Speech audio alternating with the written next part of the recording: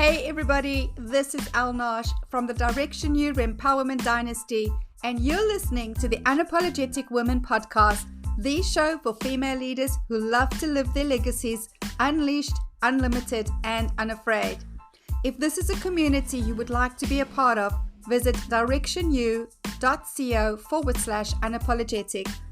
Today, we're talking about the psychology of the visual story with Amy Lokken, 7 times international award-winning marketing expert, industrial designer, and practitioner of visual spatial intelligence.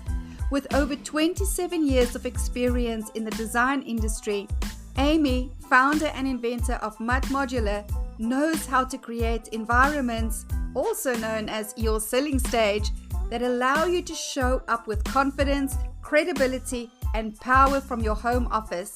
No matter if your selling is online or at a trade show, Amy knows how to translate your brand and client experience into a profitable selling stage.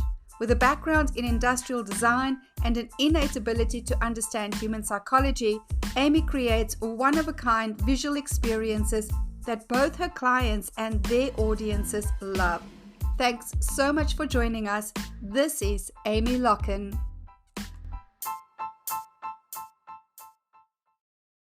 I have really been looking forward to this conversation, and here's why. You, Amy, are one of the very few women who have the gumption to kick my ass. And I appreciate that so much because I don't know about you, but I find sometimes as an unapologetic woman, there's very few who are willing to challenge us on raising our standards because it's already so high compared to the status quo. And yet for us, there is no limit of how high we can raise the standards. So my deepest of gratitude and appreciation to you first and foremost, before we even get this conversation started. So I want to ask you, what does unapologetic mean to you? Oh, it means showing up as my very best in the moment I'm in at all times. Because success to me is, did I leave people, places, and things better than I found them? And that is my daily definition and level of success, but it's also my overall. So if that's showing up unapologetically. I love that. Now, it took me a journey to become an unapologetic woman. Do you want to share a little bit with us of your journey to get to a point of actually, this is me, this is who I am, this is what I stand for, and this is unapologetically Amy? Yeah, I think I coined the phrase that it's how we stumble through one journey that creates our next. Because we are on numerous journeys throughout our life. And it is really how we stumble through that one journey that does create our next. Like, what did you learn from that? And as somebody who really does love to please people, but also likes to, you know, be seen for who I am and my unique abilities, because we all have them. It's a journey, and it doesn't happen overnight. So you hear that all the time, like, I don't care what people think. I actually think that's a little bit of a lie, because we actually do care what those around us who mean the most to us think.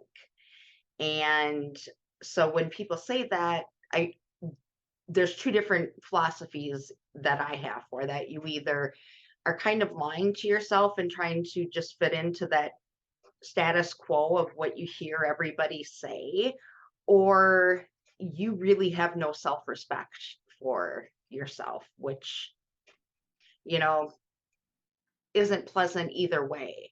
And it's taken me 50 years to plus to really say, okay. And I would say the last couple of years have been really hard to continue on showing up like me and not fall into again that status quo of, okay, I'm showing up too much, or I'm being too much, and then start, holding myself back because, sadly, we as women can be very cruel in that. So I appreciate you saying that you know, helped you raise your bar.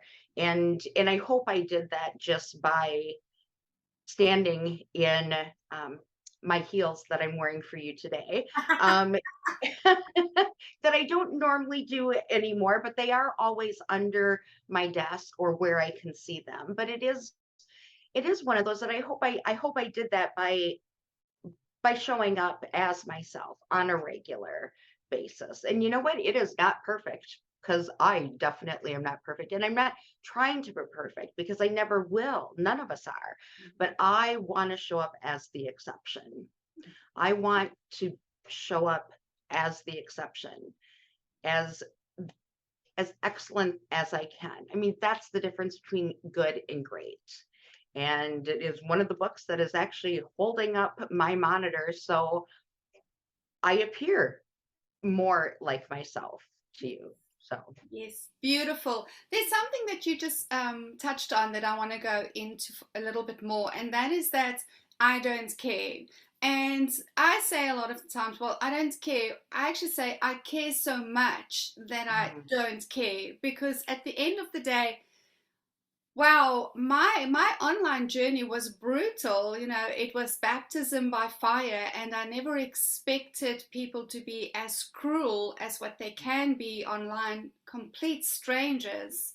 And I'm one of the most resilient women that I know, but I would be lying in fetal position crying from some of the really horrendous things that people would say. And we can also, well, I don't care because I don't know them, and they're just like stalkers and trolls and making all of these comments. And I really had to come to a place of going, well, actually, I care so much that I still have to show up. I have to roll with it and show up, which for me is what I don't care. I don't care what you yeah. throw at me now because I care so much. But that's a huge lie that we are told. And some of my most mm, painful comments, interestingly enough, A, were from women that I didn't know, and B, happened behind the scenes. So they would private message me with these horrible comments that really broke my confidence on so many levels that I had to rebuild. And so it's really powerful how you say that we're lying to ourselves if we are saying, well, I don't care. If you Well, don't care, get out of the game. yeah, and you know, I actually grew up being, I guess you would call it bullying today, but I was teased horrifically as a young child into my adolescent years. And you know what? I believe life is happening for you. It's not happening to you. It's how you choose to learn that lesson, how you stumbled through that. And for me, it was like, no, I had a vision of how I wanted to be seen. And it didn't fit into um, the norm. But I do believe we are placed here to make an impact and influence those around us who we energetically align with and are searching for. One of the things you call people out on a lot, that I really appreciate about you, is not playing in the realm of excellence. What is the impact that you are seeing, especially in the business world, of people just not going for excellence anymore? They're kind of settling for mediocrity at best. Yeah. Honestly, the problem really lies in the fact that we are, and this could be part of the social media struggle and issue that of that perfection and all that, that we've lost sight of the fact that we show up for others, not for ourselves. And and that's probably one of my Achilles heels, is when people play that mediocre line and just stay within that status quo. It tells me then I understand where I lie in what I mean to you. So when we choose to not show up at the same equal value of what it is that from a business standpoint that we are either offering through our product or services, and we choose to just show up mediocrely, and we're not meeting the same level of value that we're asking for what we're doing, well, then we're not as credible, we're not seen as competent, and we certainly aren't showing up as powerful as what it is and innovative that we bring to the table when we make the decision to choose not to show up with the same value. Does that make Absolutely. sense and answer your question? Absolutely. Because therein lies actually the problem.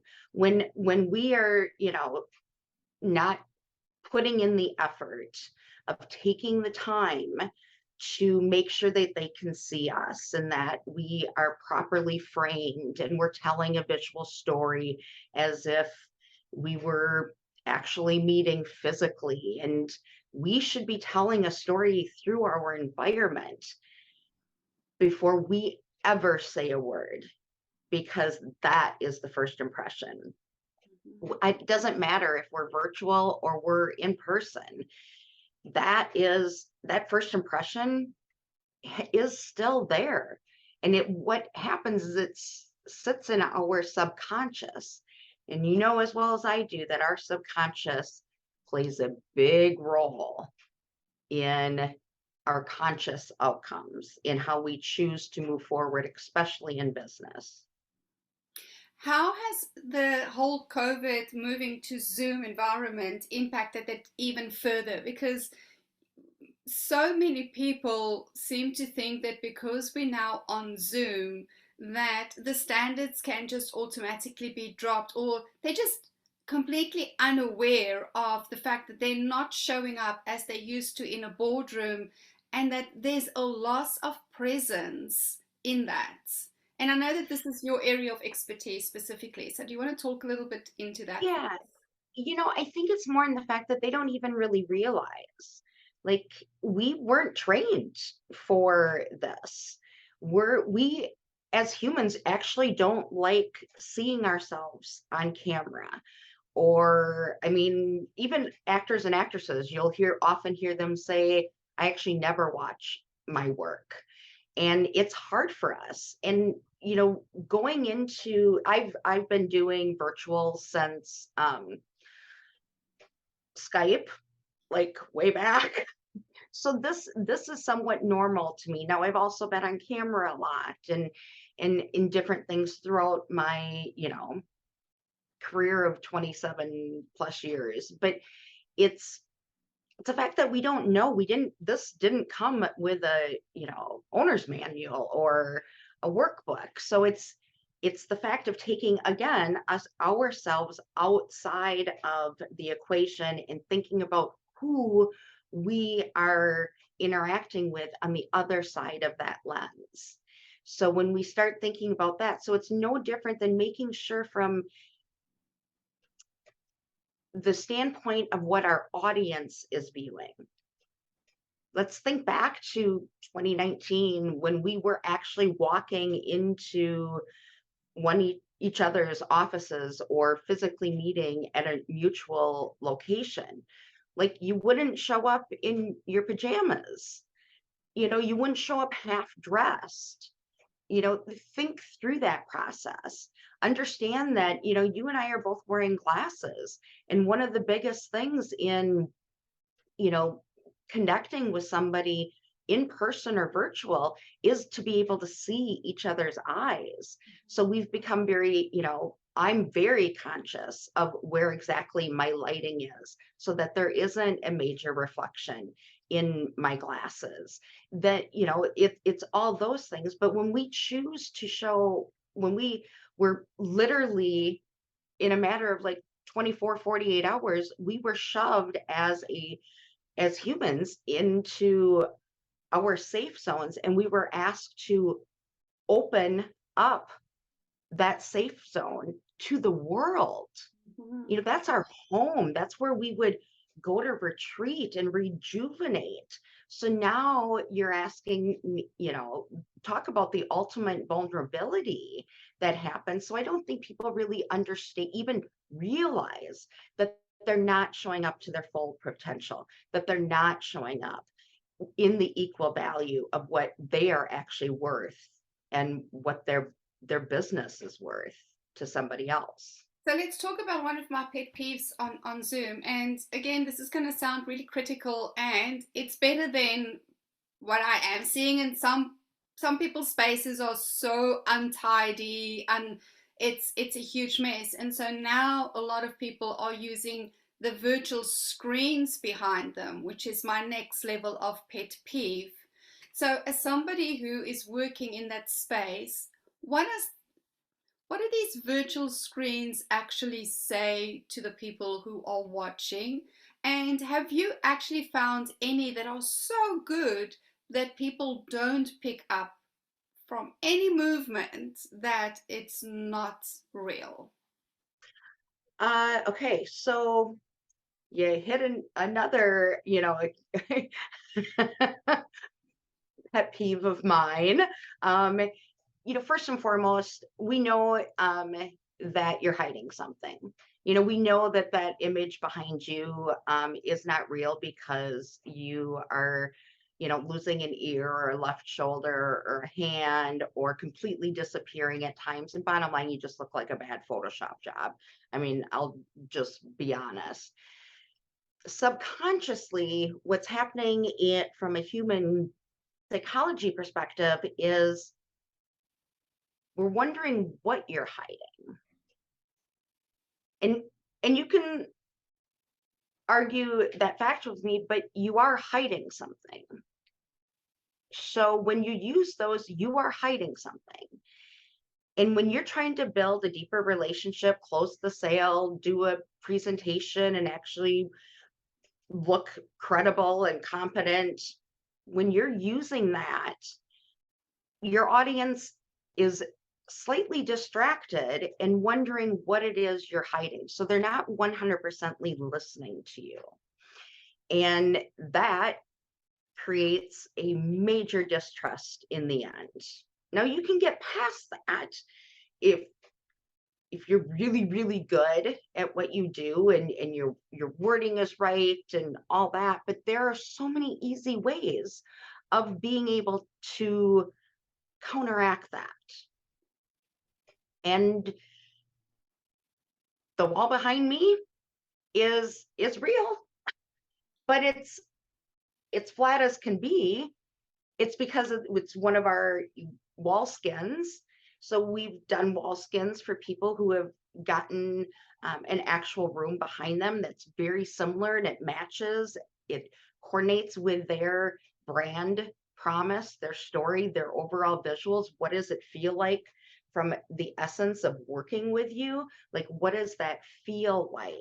So when we do rooms, we make sure that it's the proper perspective, that the light, if there's lights shining in it, makes sense for when you're going to be using it. You're not, it's real because it's a wall skin. It's, you know, semi-permanent on your wall, but you're able to move and be the three-dimensional being that you are without disappearing and having a disconnect and that distrust and that constant wondering, I wonder, is it a really messy space? Is it a bed? Like, we know we're in our homes for the most part, but it doesn't mean you can't set the stage in line with your brand.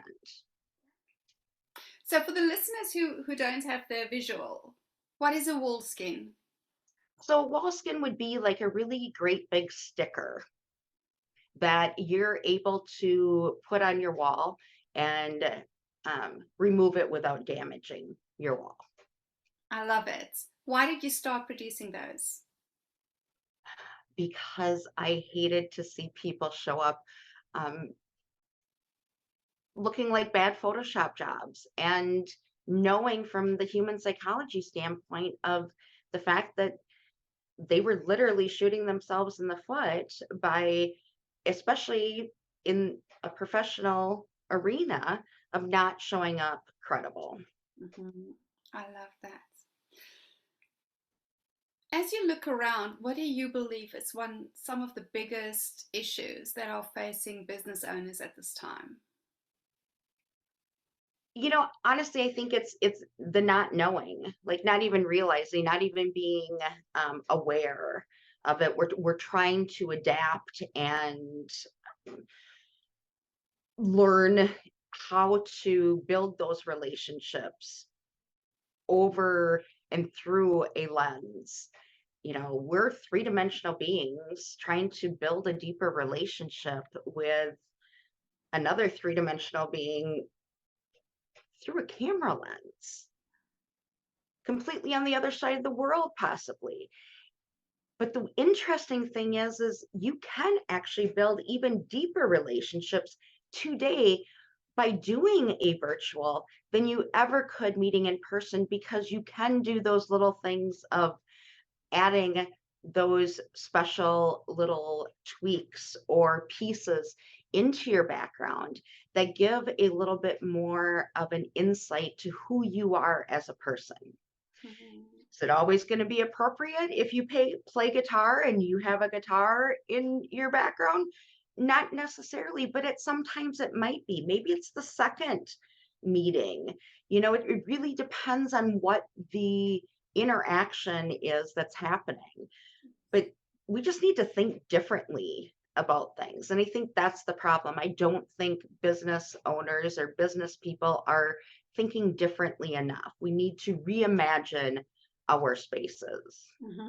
I love you used the words virtual story earlier, or visual story, and for me that really hit home. It's like, what is the story that every touch point is telling? From the clothing that I'm wearing to how I'm styling my hair to the pictures behind me and the plant that you pointed out, kind of going, okay, Al, you need to shift over to this side and put a plant over there, and because it really does, it tells so much. You can tell so much of your story without opening your mouth, and allow our spaces to speak for us.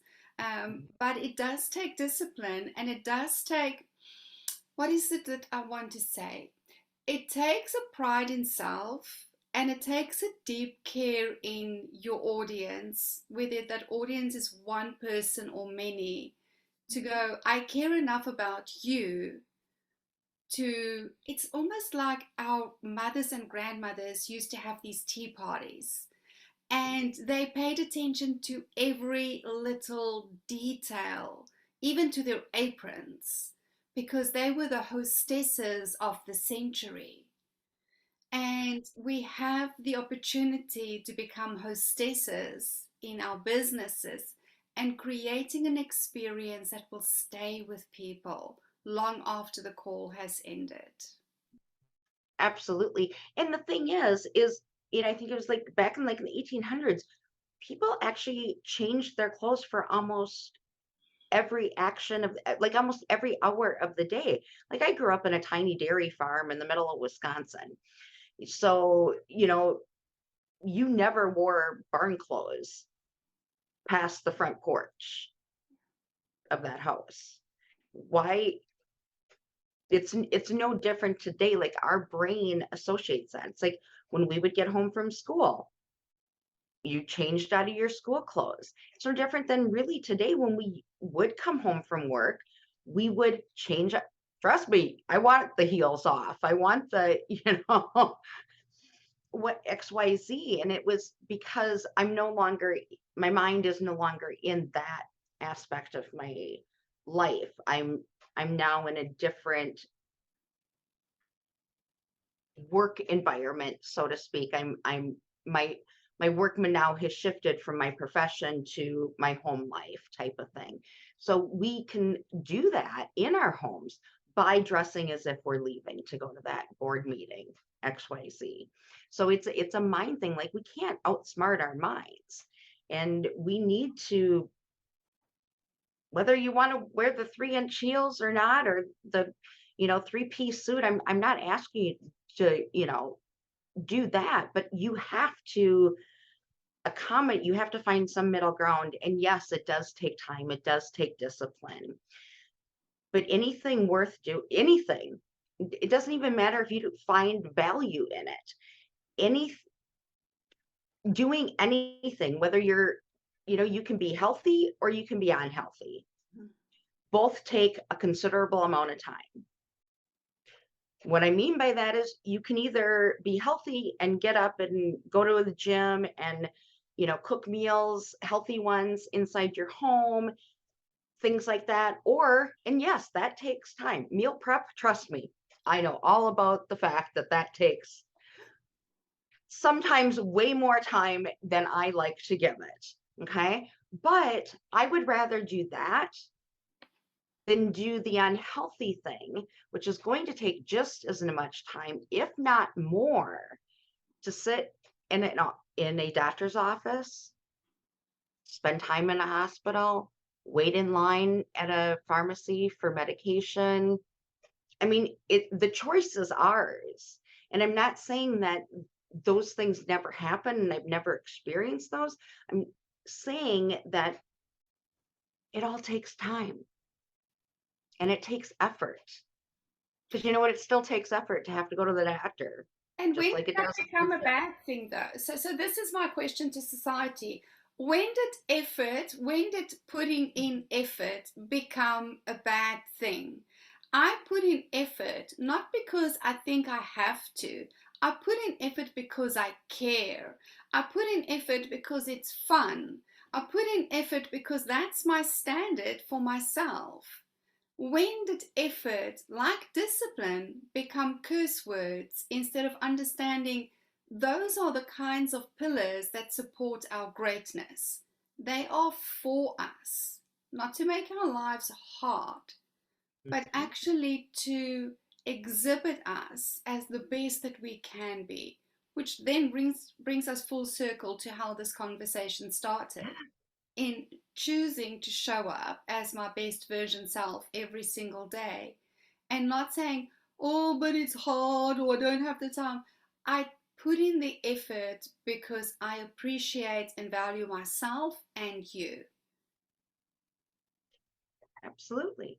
Well, it's no different, Al. When you're not feeling well, do you do you not know that, gosh, you know what? If I just get up, I take a shower, maybe it's lipstick, whatever it is, if I put in a little effort to normalize myself, to, because who we are normally is our best. So when we even put in just that, a little bit of that effort changes everything. Mhm. For the better. Yeah, For the better. absolutely. Definitely for the better. I love your work. How do people get hold of you and actually see some of the brilliance of what you are doing, and how do they get to work with you? Oh, LinkedIn is a great starting point. My website, I'm on, you know, Instagram and all those lovely socials that we love to hate, and all those things, but they're part of life, just like our, virtual interactions. And but those are some of the best ways to get a hold of me. LinkedIn, you can certainly message me, connect with me there. All my content, all my content and connection is on my website as well. So, And just for everybody who connects with you, who has the privilege of delving into your content, I want to say this: delve in and be prepared to up your game, because Amy calls you out, um, which I so appreciate about you. What do you take an unapologetic stand for in this world? Oh, im- honestly, it's about giving people the freedom and the power to be okay with showing up as their best.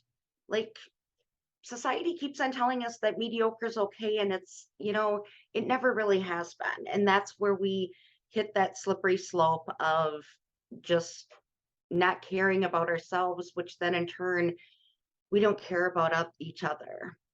And it's a slippery slope. And if we're going to come together and be the best we can be, we need to start showing up for each other, and that includes ourselves. Mm. And I'm going to put the challenge out there, especially my fellow Gen Xers, because quite frankly, we were not raised in a culture of working in slip slops and PJ bottoms and all of those things. And if you think that's not impacted the quality of your work, you are delusional. We were raised with understanding the power of a power suit. And at the end of the day, why are we as Gen Xers allowing our standards to slip to a 20-year-old instead of inspiring them to raise their standards to ours? Maybe the power suit looks a bit different, but there's still power in the suit. And so, thank you for that. And thank you for that gentle reminder that it's never okay to look your worst self, especially in your business environment and in your public environment, including your Zoom calls. Well, because you're worth more than that. Yes. You as a person are worth showing up for. I show up for you, my audience, but I also show up for myself. But first and foremost, I'm doing that for you, and you deserve that. Oh, Amy, this has been amazing. Any last words for the audience? Oh, thanks for showing up. Beautiful. Love that. Ladies, I hope that you are taking so much from this conversation. Now, this is where love doesn't sound loving. Love sometimes sounds like that good upper hook that we need at times to just remind us that we are worth everything. And when we show up as everything that we have been gifted with, and then allowing ourselves to be enhanced through what's available, whether it's our spaces or our clothes or our makeup, whatever it is, that is where we truly get to shine unapologetically in this world. So thank you so much for joining us. We are looking forward to another conversation next week on how you get to live your legacy unleashed, unlimited, and unafraid. Have an amazing day further. Cheers.